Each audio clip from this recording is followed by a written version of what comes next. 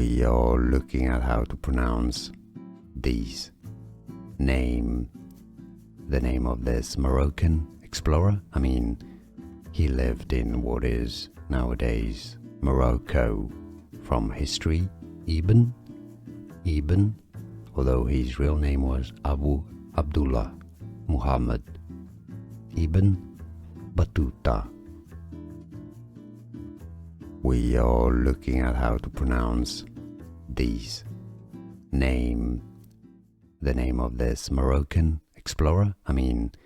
He lived in what is nowadays Morocco. From history, Ibn, although his real name was Abu Abdullah Muhammad Ibn Battuta. Here are more videos on how to pronounce more confusing words and names too many mispronounced. Like this video if you found it useful. I appreciate your support. I'll see you soon and thanks for watching.